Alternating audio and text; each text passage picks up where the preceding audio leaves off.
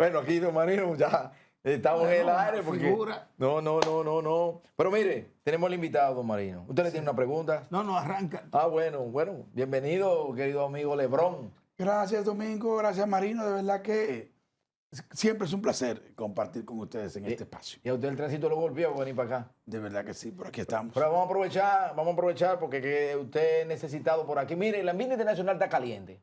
Claro. Sobre todo el tema Venezuela. Háblenos de Venezuela.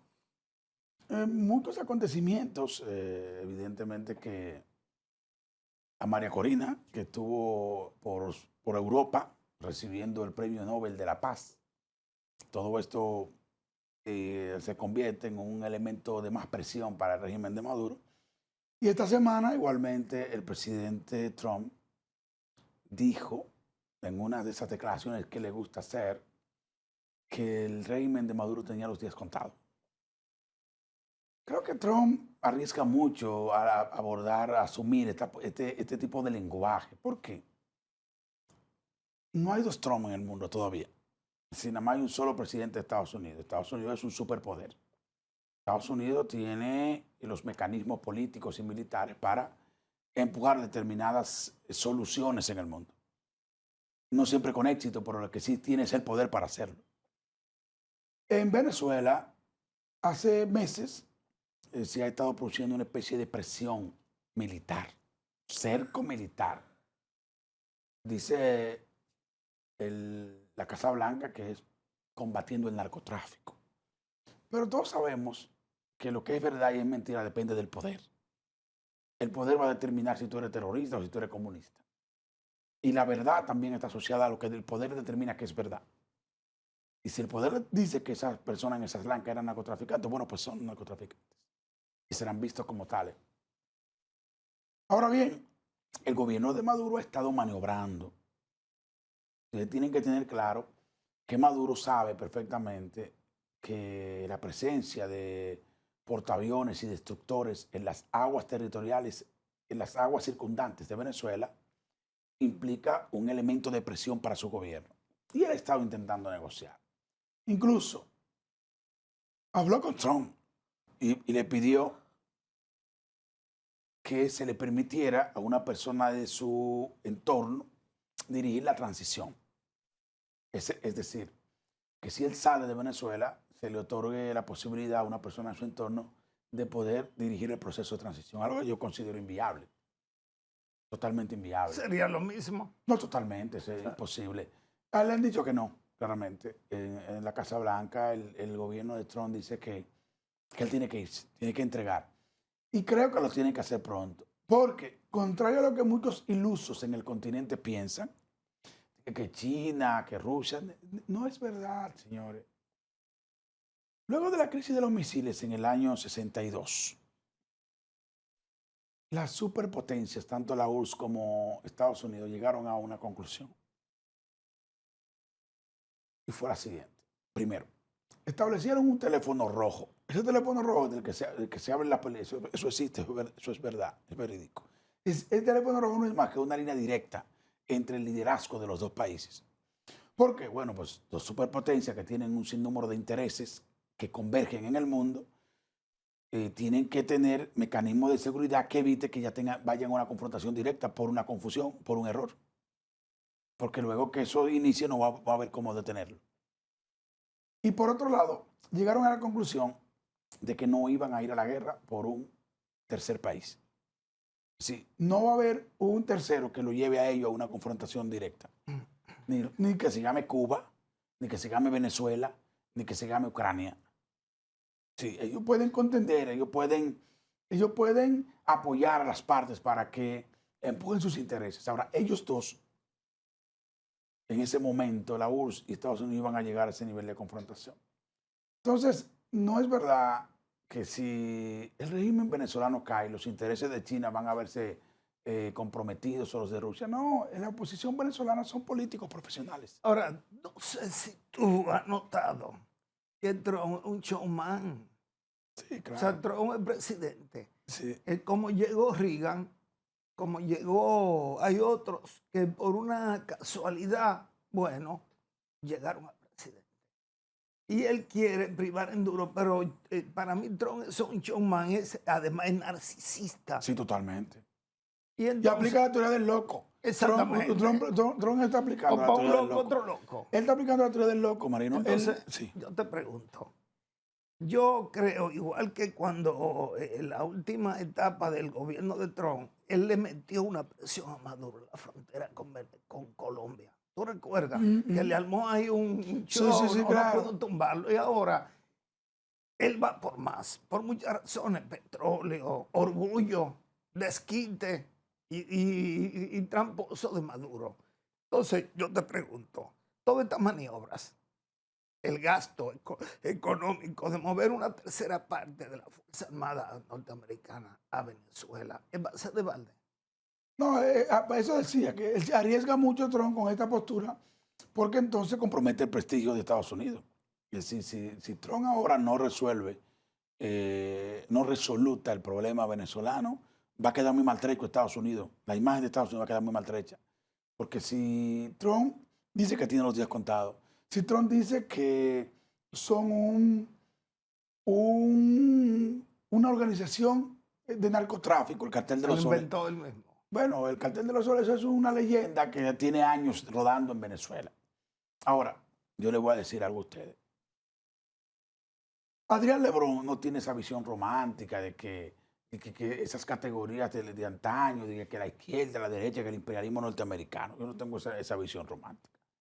Yo pienso que ese grupo que ha empobrecido a Venezuela debe salir del poder. No estoy de acuerdo con invasiones, porque no puedo querer una invasión para un país que no la quiero para el mío. Ahora, el pueblo dominicano tiene un compromiso con el pueblo venezolano, pero no con el gobierno venezolano. Nosotros nos sentimos comprometidos con el pueblo de Cuba, pero no con el gobierno de Cuba. Entonces, yo no tengo ningún compromiso ni con el gobierno de Cuba ni con el gobierno de Venezuela. Yo creo que esos pueblos merecen la libertad, merecen democracia. No podemos estar con el cinismo de siempre.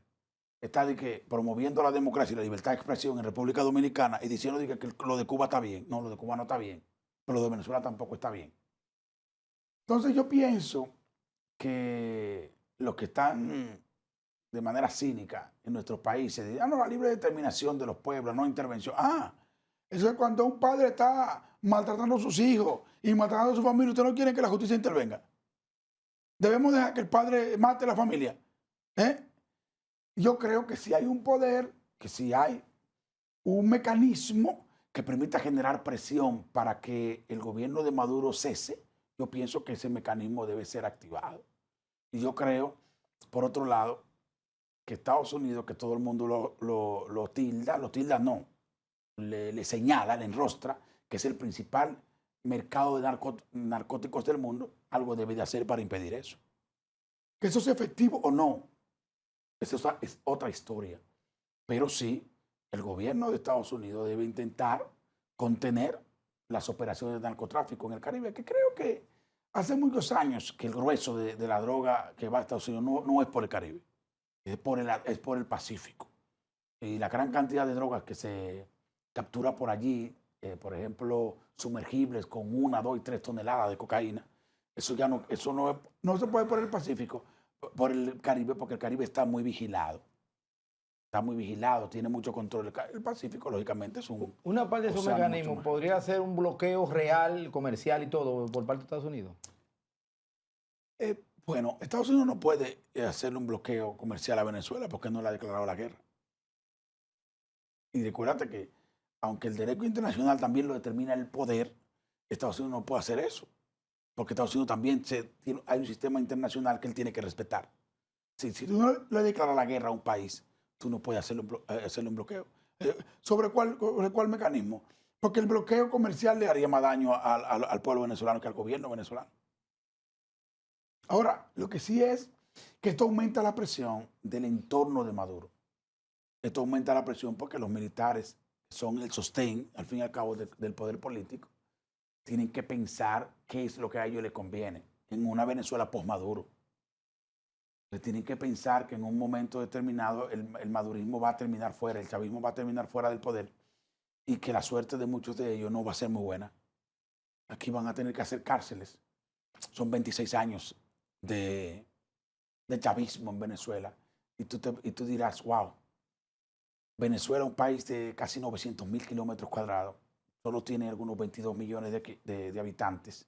Un país con todos los recursos minerales del mundo, commodities, hidrocarburos, buena cantidad de tierra. Para la agricultura, sin embargo, es un país pobre. Otra cosa que es falsa, lo que no se corresponde 100% con la realidad, es que no, que Estados Unidos lo que quiere es el petróleo de Venezuela. Mira, Estados Unidos hace casi 10 años que es autosuficiente produciendo petróleo. Estados Unidos está exportando petróleo. Eso es propaganda. No es propaganda. No, lo del petróleo. No, sí, claro. eso es Se propaganda, utiliza sí. porque gran parte de la gente que no le da seguimiento a la política internacional. Eso es igual que Ni a la Cuba. política comercial, El sí. bloqueo no es de Estados Unidos, no es del mundo contra Cuba, nada más de Estados Unidos. Exacto. O sea, China, Irán, Rusia, todo el mundo le puede vender a Cuba, que ellos se tiran a muertos. ¿Tú has ido a Cuba? No. Ve a Cuba, se tiran a muertos para que le den. No, y es lógico que sean así, porque recuérdate que la revolución vive de una idea, de una especie de falacia abstracta que hay que proteger, una llamada revolución, que es el legitimante del control autocrático del poder en Cuba. Eso es lo que es la revolución. Mira, el petróleo venezolano es uno de los petróleos más malos. Claro, un petróleo sulfuroso. Porque es que es pesado. Es un muy petróleo pesado. sulfuroso.